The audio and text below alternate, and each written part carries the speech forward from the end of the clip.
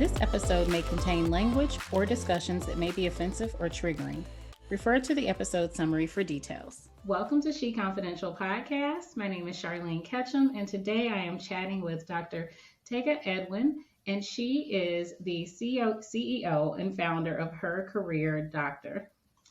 And I am really excited to talk to her today because over the last year, we know that women have been just disproportionately impacted by COVID, all of the fallout, because as everyone was at home with the stay-at-home orders and schools were closed, we saw that women disproportionately ended up doing the homeschooling, juggling their careers, and trying to just navigate around the emotional and socioeconomic impacts of everything that happened in 2020 and that continues to happen right now. Mm-hmm. And that's not to say that things were very balanced and easy for women even before COVID. So even though we've had all these challenges in the last year, the great thing that has come out of it is that more women are recognizing they have choices. They don't have to suffer. They can be fulfilled in their careers. And we have amazing people like Dr. Edwin who can help us to get to that pathway of fulfillment. So I'm so excited to chat with you, and welcome. Thank you. Thank you for having me on your platform. Thank you. So I saw that you had a post on your page recently, and I want to share this with the audience because I was like, we all need this reminder. And I shared it today, actually, and it said, I don't know who this is for, but you deserve to enjoy what you do for a living. And it sounds so basic. It sounds really basic, but so many of us don't realize that. Mm-hmm. Not at all. Mm-hmm. I think because a lot of women, particularly a lot of the women in the SheConfidential audience, are the women who were the first in their family to do so many things, to go to college, to get the master's, to get the doctorate, to have this 6-figure career. And you are the first to do all these things. You're breaking all these glass ceilings. You're getting the seat at this table. You're creating your own table. And so you should be happy, but you're not. And that's a really hard thing to acknowledge to other people because it sounds ungrateful to say, I've got this great career, but I'm not happy. Mm-hmm. Yeah. How does that happen? Yeah, I think it's everything you said. And I want to even start from the last thing you said where it sounds ungrateful, because I can't tell you how many women I work with where in the process of doing our work, one thing that comes up is this sense of, I feel selfish for wanting fulfillment. Like, at least I have a job, right? There's people out here who have been fired. I should be grateful that at least I have a job. But I'm like, being fulfilled and being grateful is not mutually exclusive. You know what I mean? Like, wanting more for yourself is not mutually exclusive from I can be grateful and still want more for my future. But I think that this whole mindset of, we just work and, you work to put food on the table, and what is this thing you're talking about, fulfillment and meaning? It comes from the generations before us is where I think it comes from, right? We have entered a generation that just prioritizes different things in our careers, meaning and fulfillment. But before us, what you mean meaning? Like, can my kids eat food? Are the lights on?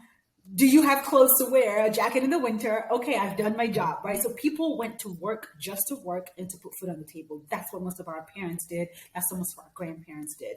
And so this luxury of, at least to them, right? That's how it would have been seen. Like, this luxury of, I want to enjoy my career. It's like, what do you mean by that? At least you're grateful you have a job.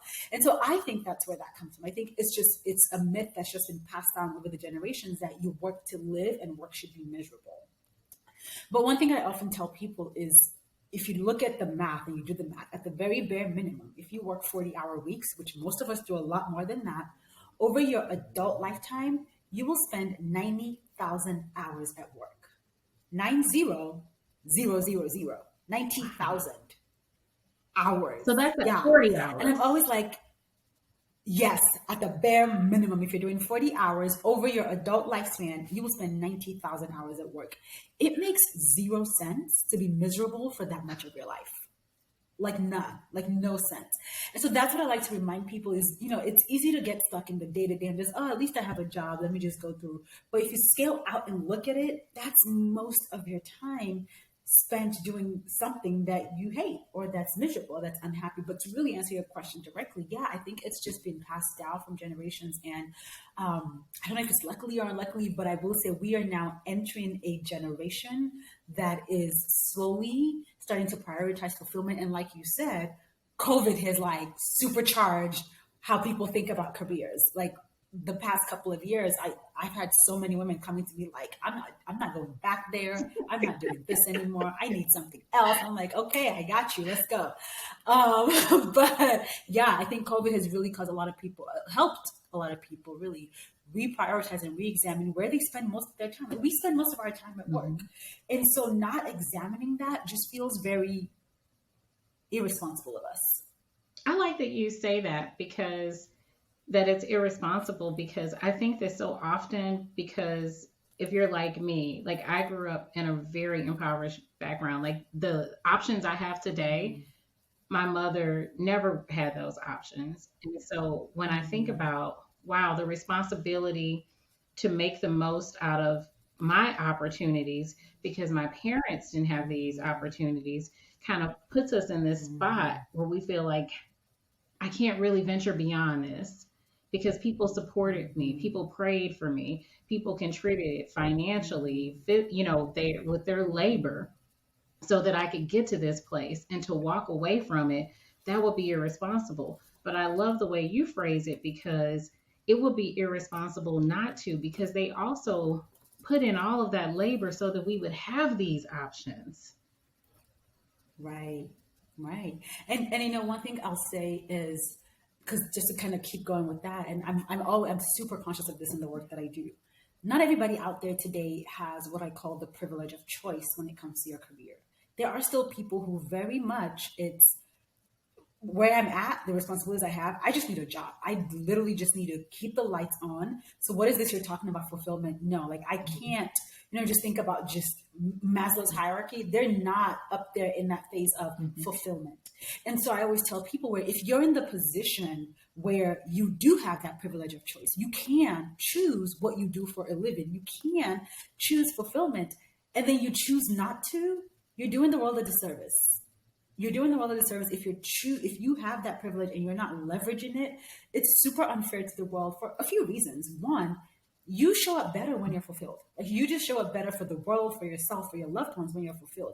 And so when you stay in a job that you hate, you're putting out a lesser version of yourself, whether you know it or not, because this version of you isn't leveraging your skills, isn't fully confident, isn't showing up. See, that's one thing. Two, you're holding up somebody else's fulfilling job. Right. So you hate it, but the job you hate is what somebody else loves. And so you're staying in there, you're showing up, half-assed. I don't know if I could say the word. I'm like, you're showing up half-assed. You're not showing up as your full self. You're not giving them your full self. Meanwhile, there's somebody out there, if they were put in this position, they would show up and they would kill it. And you're holding up your spot. And so when we think about just that privilege of choice, if you don't leverage it, you're doing yourself and the world a disservice. And I think it's unfortunate that a lot of people don't think about it that way. And I appreciate you mentioning that not everyone has that option, because it's very real. And I think that we have to be very cognizant of that in this age where we're really highlighting empowerment and the power to choose, because everyone does not have that. If your basic needs aren't met, then you're pretty stuck. And the inequities are real in the world. And so we can't have a conversation without addressing that. And so I appreciate that you did acknowledge that. But for those who can choose, I have this conversation so much with friends, because I got to tell you, most of the people I know don't like their jobs. They don't. And these are people making good money. Like you said, there's somebody out there who is trying to kick the door down and get in that role. But there are people in it who got in it and they discovered this isn't for me. But then people will say, well, it's not that bad. It could be worse. So my question for you is, how do you know when it's time to go? Like how bad does it need to be for people to go? Like, how bad does it have to get before okay, you're like, so it's time for me? So whenever I get asked these questions, there are 5 general signs that I like to bring up, like 5 signs for you to think about. If like, okay, is it time for me to go? Right. The first one is you dread the work you do daily. So literally, you wake up and you just dread it. There's like I call it like this ball of lead in the pit of your stomach where you're like, I can't believe I have to do this again. Whether it's, I can't believe I have to get up and get dressed and drive and then see those people's faces and then work in that place. Like when you dread the actual work and everything involved, that's a sign. Like if you're waking up regularly with dread, like it's one thing to dread for a season, right? You know how some industries have their busy season and maybe it's like, oh, I can't believe we're here again. Fine. As long as you know that usually once I come out of this phase, I'm satisfied with the work I'm doing. But if the dread is persistent and long lasting, that's most definitely a sign. Another one I talk about is once your physical and mental health start being impacted, most definitely a sign. So one thing we've seen in the research is when you're doing unfulfilled work, you have higher levels of work stress. And work stress is, when just think physically, work stress is tied to weight loss, is tied to weight gain, hair loss, acne, ulcers, stomach issues, diarrhea. Emotionally, it's tied to depression, anxiety, stress, mood swings. It's been tied to higher divorce rates, lower sex drive.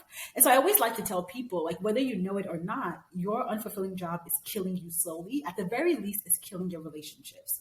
So once you start seeing that your physical and mental health are being impacted, I like to say that's a sign that it's time to go.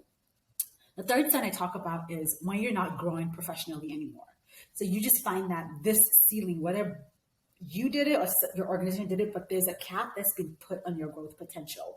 Maybe people are coming after you and they're surpassing you, right? Like they showed up after you, but then they got the promotion and they got the raise, and you're realizing that I haven't grown. I haven't gotten new opportunities. I haven't led a new project or a new team or a substantial raise. Like nothing has changed. That's usually a sign. And I tell people the access to growth opportunities that are available to you in your company is a sign of how valued you are by that company. So if you are not growing anymore, they don't value you, because any company that truly values employees will invest in their growth for the most part. The fourth sign that it's time to go is when your energy is regularly drained. Like, you know how when you take a nap where you sleep for a little bit too long and then you wake up and you're like, oh Lord, like, where am I? That kind of drained.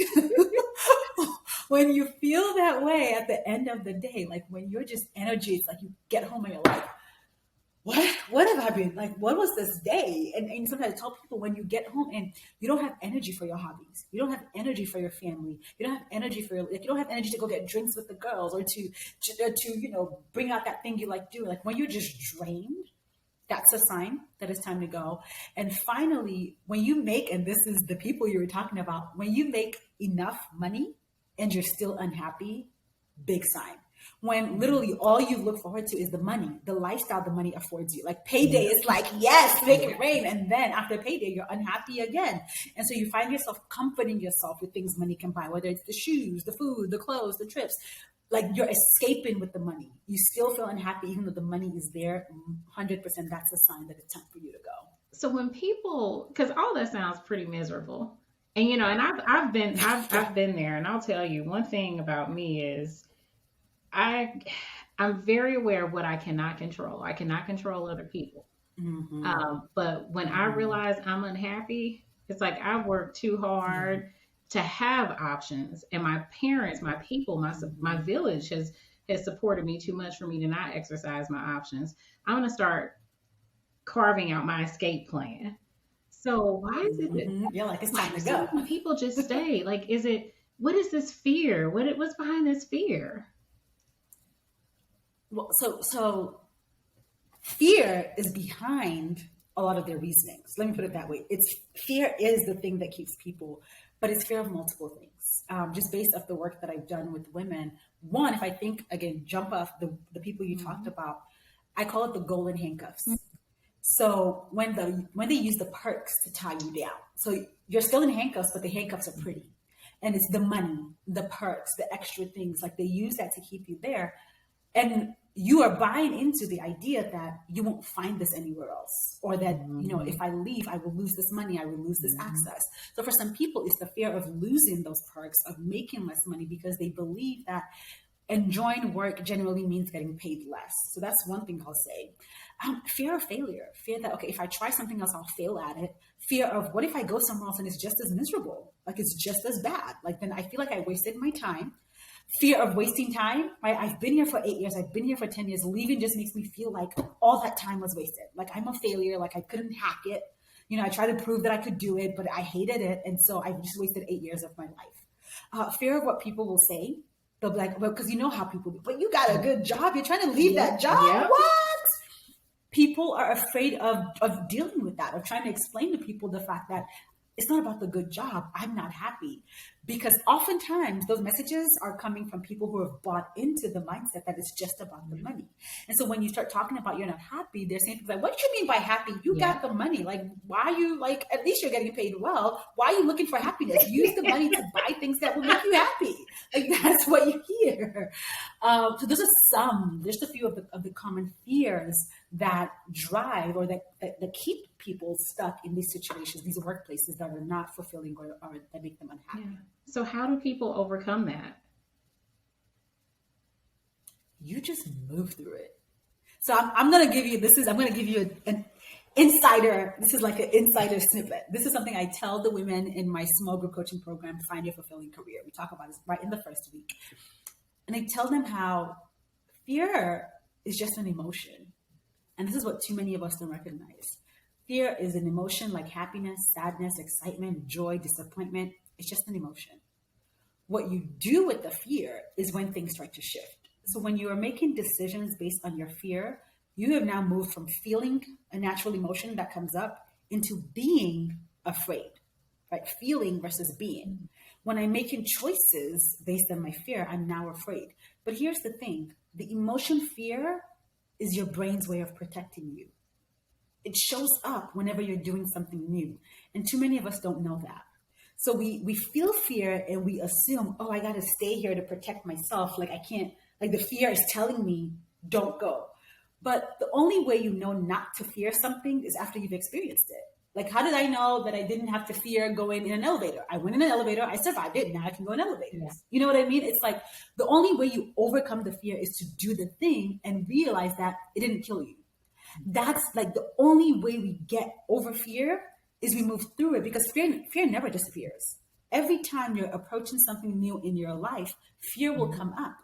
And so too many people hear, feel, sense that fear and just let it control them. They let it lock them up instead of thinking, oh, you know what? No, this fear is a sign that I'm about to do something new, which could potentially be exciting. So let me move forward and try it out and see what happens. And even if I fail, and I put fail in air quotes because I don't think anything is a failure. I think we just learn. Even if it doesn't go how I wanted to, at least I've learned something about myself. And now I have momentum. I can keep going. I can try something else. And I think that would be the reason why I think a lot of people let that fear control them. Absolutely. And you mentioned your Find Your Fulfilling Career program. Can you talk a little bit about that program? Because a lot of women, the getting started part, that's the hardest part. It is. And it's why the program was created, in everybody's defense. So if you're listening to this and you're in a job you hate and you're like, dang, she's coming for me, but I don't know what to do. I'm not, yes, I'm coming for you because I want you to leave that job you hate. But also I recognize that nobody teaches you how to make a career choice, right? Like no one is teaching this. If you think about our education system, it's after high school, you get a degree, you graduate, you get a job, you work for 20 years until you retire or you die. That's it. That's how they teach it to you. But that's not how careers should be selected. Your career is an extension of who you are. It's a way to express who you are. And so a fulfilling career is one that's aligned with who you are. And so the whole point of the program is to bridge that gap, right? For that woman who's like, okay, yeah, I know it sucks, but I don't know what to do next. I don't know what else to do. I created this program to literally walk you through it's a framework for career selection. How do you get super clear about who you are so that you can then find work that you love? See, what most people do is when they're miserable, they go on LinkedIn, they go on Indeed.com, Monster, and they start scrolling the job boards. It's like, I just need to find something else. But then as they're scrolling, they're getting overwhelmed because nothing looks right. Nothing feels like the next step. So it's like, there's nothing there. I just throw it all away. I'm just going to stay where I am. I hate everything. You know, like, exactly. That's what happens. And it's, you went about it backwards. You can't just go out there and look for a job if you don't even know who you are. Like, the careers that are fulfilling are the careers that are aligned with who you are. So you have to first pause and get super clear about who you are. And then you take that information. And I say this with FYFC, it's like, and FYFC stands for Find Your Fulfilling Career. That's the program. So the whole point of FYFC is we build your hexagon, and then you go find a job that fits into it, as opposed to trying to fit yourself into a box. And so the things we get clear on is we talk super candidly about what are your non-negotiable values? What are the things that if they're being violated, you're going to be unhappy? And women after this week always talk about how that helped them get clear about their work boundaries, like what they will and will not take in the world of work. We get clarity around your zone of genius interest areas, the things that you genuinely enjoy doing. We get clarity about your high power skills. So like, we all have a lot of skills, but doesn't mean we should be using those skills in our career. So what are those skills that when you use them, you actually feel good about yourself? So we get clear about all those things. We identify any mindset barriers that might be keeping you stuck or keeping you thinking that you're stuck. You really aren't. And then once we've done all that clarity, then we start doing research. That's when we then visit the job boards. But also part of that is building your network while you're doing the research and connecting to people that are in the potential areas you want to go into next. And the whole goal of the program really is to help you identify your next career move. What is your next potential fulfilling career? So you can now take action. You can do the job search from a place of clarity and confidence. Wow. There's so many things. I don't know if you've ever seen on social media, people say, what are the things that we should have learned in school but didn't? Like, add that to the top of the list. Agreed. I totally agree. And I say I agree because I went through this. You know, I went through my own phase where I was doing, I was in a career path that absolutely was not aligned with who I was. I was in healthcare, did healthcare research for a little bit. And I was miserable. I was unhappy to the point where I started thinking I was the problem, right? It was everybody around me looks like they're thriving and surviving and I don't. And so am I the problem? Is something wrong with me? Do I not have the skills? And it was literally me saying to myself, okay, if Tega is going to find work that Tega enjoys, I have to know who Tega is, right? Like, how will I know what I enjoy if I don't know who I am? Mm-hmm. And, you know, that was what led to my own journey. But then after then making that transition and doing my PhD, now I research career development. I now see that my process is backed by research in terms of how do we make career decisions, but no one teaches you what that looks like. It's just get a job. It's like, how? Yeah. And we're out here floundering. And I think what's very key that you just noted is that we start questioning ourselves and we think is something wrong with me because I'm not okay with this, instead of, okay, let me assess the situation and see if this is something that's in alignment. And the other thing that you said that I keep hearing, no matter who I talk to, and I've talked to sex therapists and relationship coaches and matchmakers and just all sorts of people, and they all come back to saying that we can't make good choices for ourselves until we know what our values are. We have to know what our values are and those boundaries. And it's just amazing that everything comes down to knowing yourself. Mm-hmm. Because, you know, those values they're the things that drive you in life. They're those core beliefs that to you are super important. And so when you're in a workplace that's violating your values, they're literally violating a part of you. Like, they're violating something that's important to you. There's no way. And I always tell people 98% guaranteed. And the 2% is only because I'm a researcher, so I leave room for error. But 98% guaranteed, when a workplace is violating your non-negotiable values, you're going to be unhappy. Guaranteed. Yeah, absolutely. And you don't have to a lot of times. So let's talk about the people who may not, for financial reasons, may feel like I don't have a lot of options, because I'm also that believer that I think people have more options than they think they have in a lot of circumstances, because I understand we all, unless you're independently wealthy and you're living off of dividends, you have to have income coming in. But I think that in most instances, we do have options to shift and do something else. And so what advice do you have for people who aren't the higher earners, who may feel like, you know what, I've just got to make sure I keep a job so I can keep these bills paid. But I hate this. I hate Mm-hmm. this. I hate this. And I want one day to do something that I'm happy at, but I don't see how to get there. So what advice do you have for them? Start, I would say start the process, right? So if you're saying, okay, one day I want to get there, so start getting clarity. And that clarity can start with where you are. What is it that you hate about the job? Is it the people? Is it the work? Is it the management? Is it the commute? Is it the pay? What don't you like? Because what I also see happens is when you make those jumps, those career jumps without the clarity, you find yourself in cycles. Like you're in a new job and 3 months in, you're like, I hate this one too. And so you're stuck in this cycle of unfulfilling career after unfulfilling career. And so you need clarity so you know exactly what you're trying to avoid. So I would start there.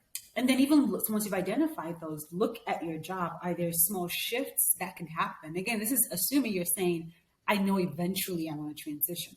In the meantime, are there small shifts that can happen to bring your fulfillment up just a notch? Whether it's asking your manager if you could change how you report to them, asking for a new project, asking for a new team, like just small shifts that will bump up the fulfillment a little bit. And ultimately, it's because you're either saving up to invest in support or you're working your way to support, you're doing your research, but the exit plan should still be in place, is what I would say.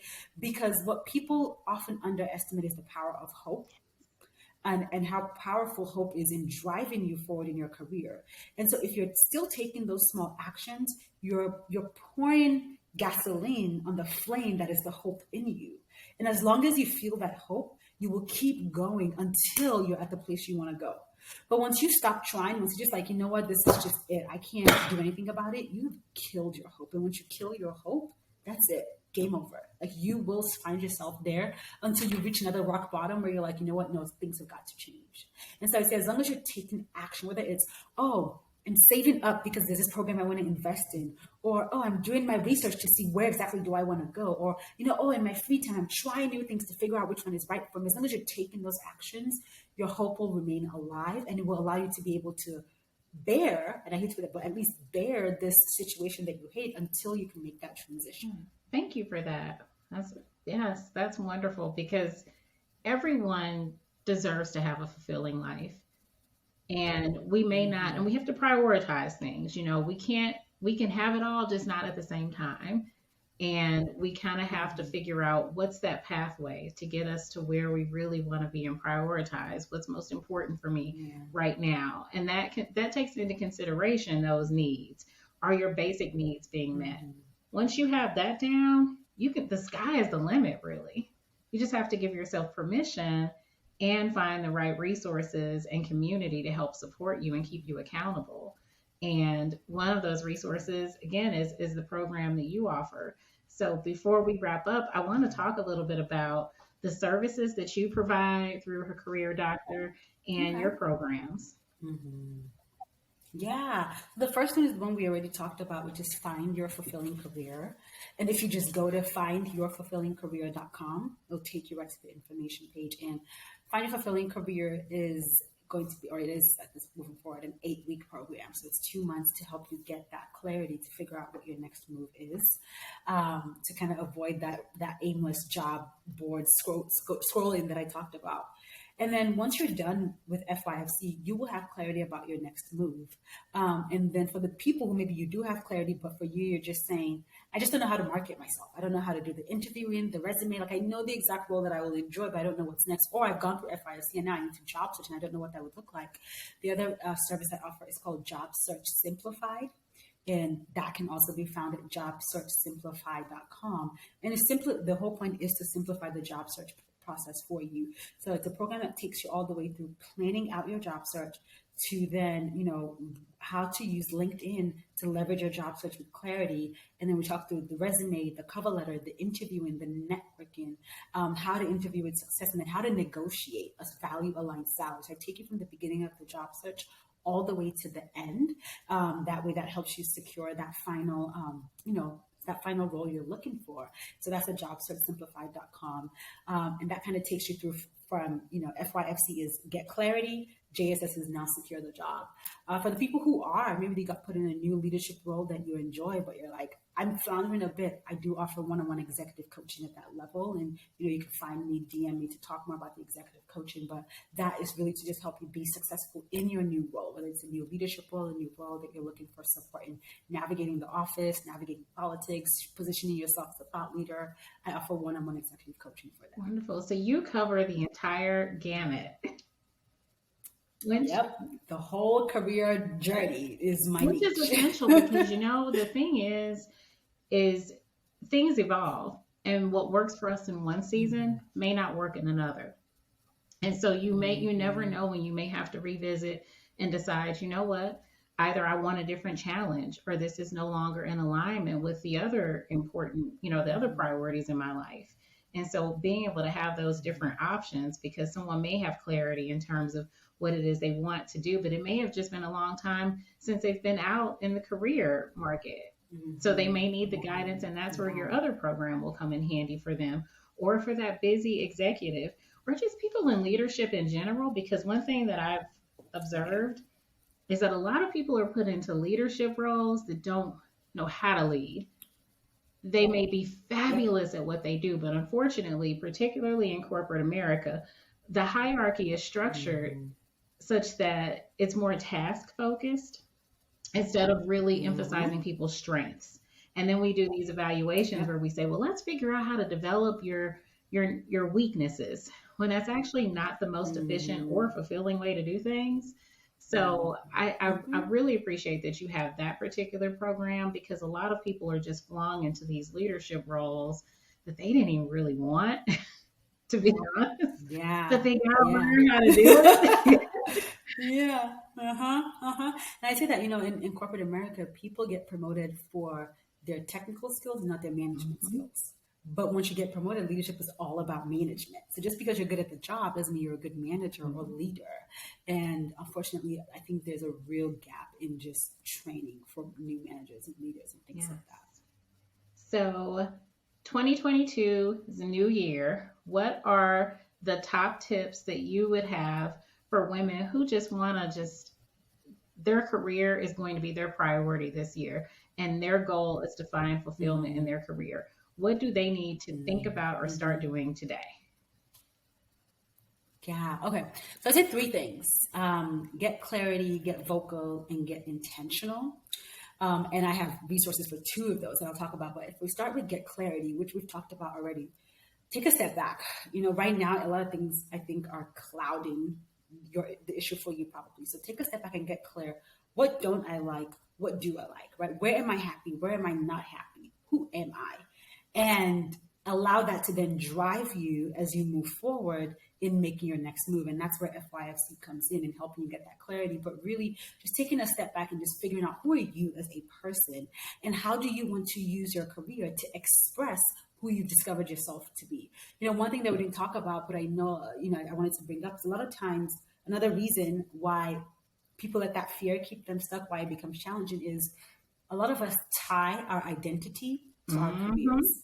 And that's just by nature of society, right? You meet someone, it's like, hi, I'm Tega, I'm a blank, and that blank is usually your job. Or, hi, how are you? What do you do? It's like people have tied our identity to our jobs and to our careers, and that couldn't be further from the truth.